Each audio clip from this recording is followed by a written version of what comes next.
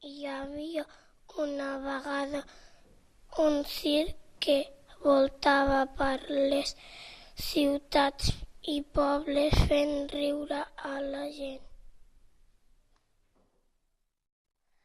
Al circ hi havia divertits pallassos que feien pallassades. Animals trapelles que s'enfilaven per tot arreu. Elefants que ho mullaven tot. Pallassos que res no els feia por. Trapecistes capaços de fer tombarelles increïbles. També hi havia malabaristes que feien volar pilotes de tots colors. I encantadors de serps que es jugaven la vida fent ballar serps verinoses. Un dia les coses van començar a anar malament. Els pallassos van deixar de fer riure. Algunes persones i animals es van començar a posar malalts. I la resta no paraven de barallar-se. Els lleons ja no eren de fiar. I els malabaristes tots els queien de les mans. El circ ja no era com abans i ningú sabia per què van venir metges i veterinaris de tot arreu, però no sabien dir què els passava. Davant d'aquesta situació tan insòlita, es va convocar una reunió per decidir què es podia fer. Van decidir fer venir a un savi per ajudar-los.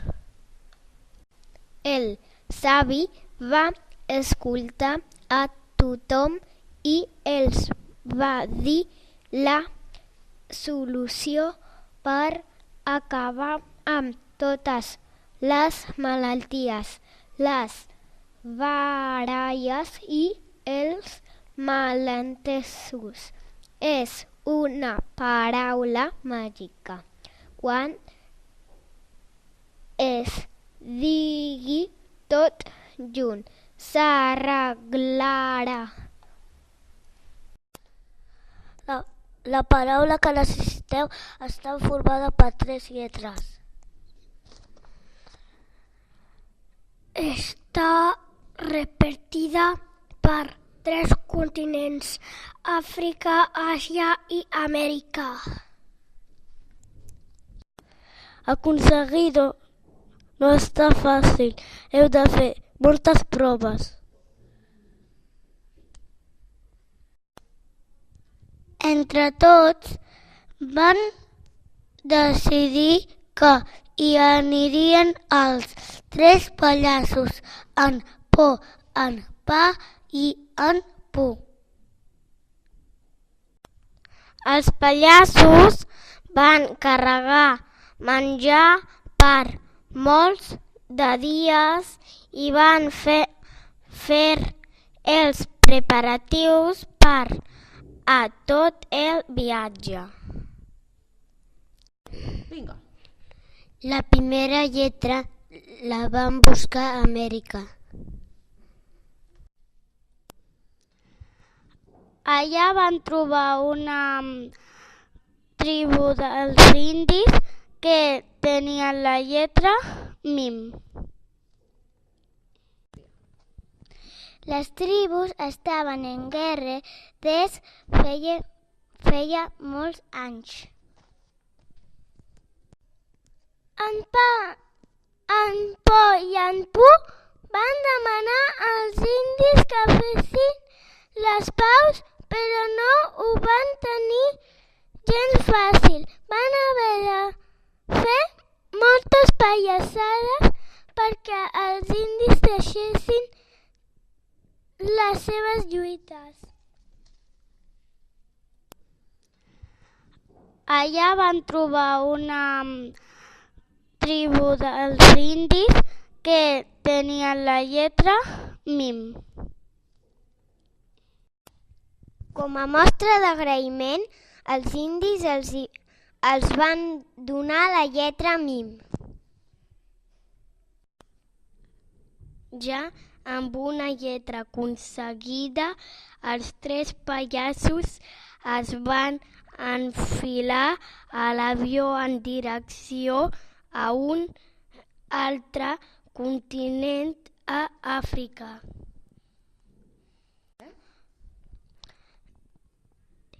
Després de moltes hores de vol, els pallassos van arribar a un poble d'Àfrica.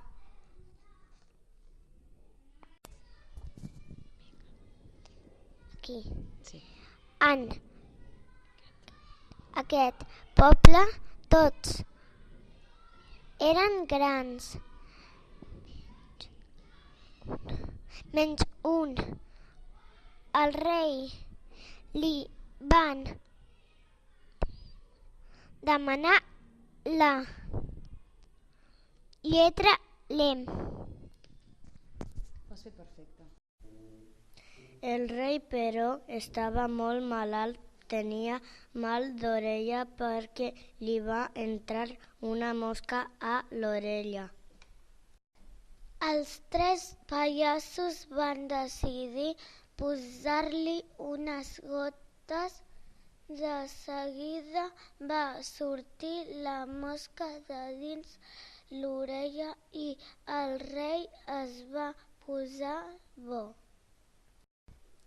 Com a mostra d'agraïment, el rei els va donar la lletra lem. Els tres pallassos van agafar l'avió i van volar cap a l'Àsia. Els calia l'última i havien de volar cap a la Xina. I van arribar a un temple de la Xina.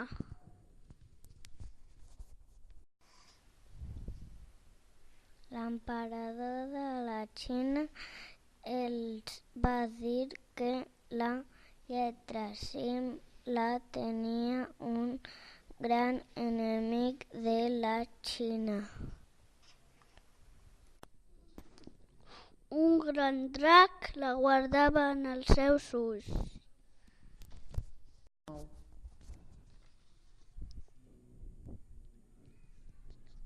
Haurien de matar el drac que tenien la gent espantada.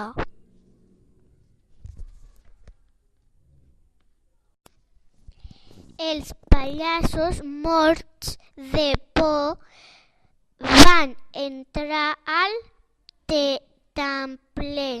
De cop i volta van veure un gran ull que els mirava. Ben fora, no? El drac se'ls va plantar al davant. era immens. Tots tres van tenir una gran idea.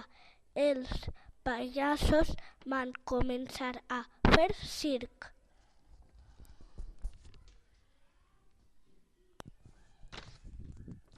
No paraven d'estar quiets,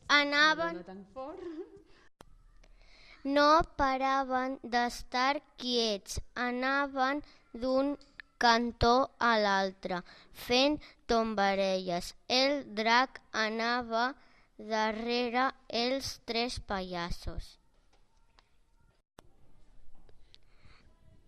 Tàncora darrere d'ells va quedar fet un nus.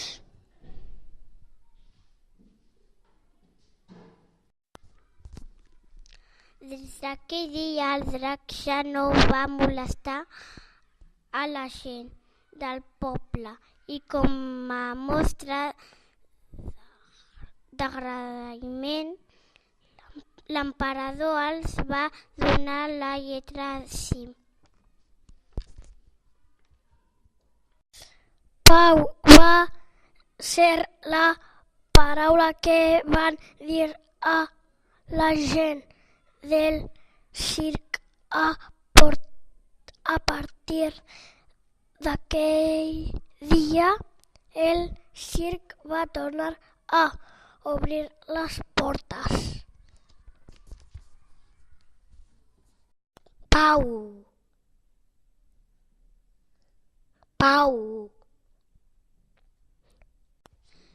Esperem que us hagi agradat.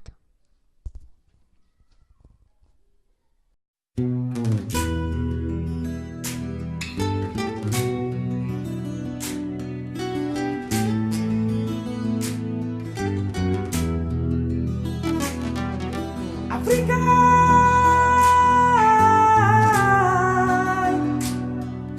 Africa, mon Afrique.